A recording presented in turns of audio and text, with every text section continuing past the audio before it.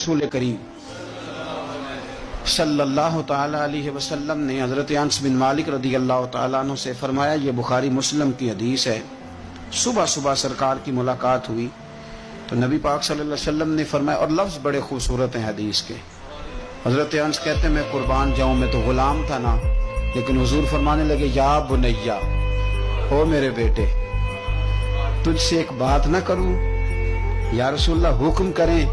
تو نبی پاک علیہ السلام فرمانے لگے، انس بیٹا پتر، اس بات کو یاد رکھنا کہ جب تو سویرے سو کے اٹھے تو سب سے پہلے اپنے دل پہ نظر ڈالنا، دیکھنا تیرے دل میں کسی کا بغض تو نہیں، کسی کی عداوت تو نہیں، اور پھر قربان جائیں۔ نبی پاک صلی اللہ علیہ وسلم نے یہ نہیں فرمایا کہ تجھے اتنی جزا ملے گی، اتنا ثواب ملے گا، اتنا اجر ملے گا۔ کیا انداز ہے کریم محبوب کا!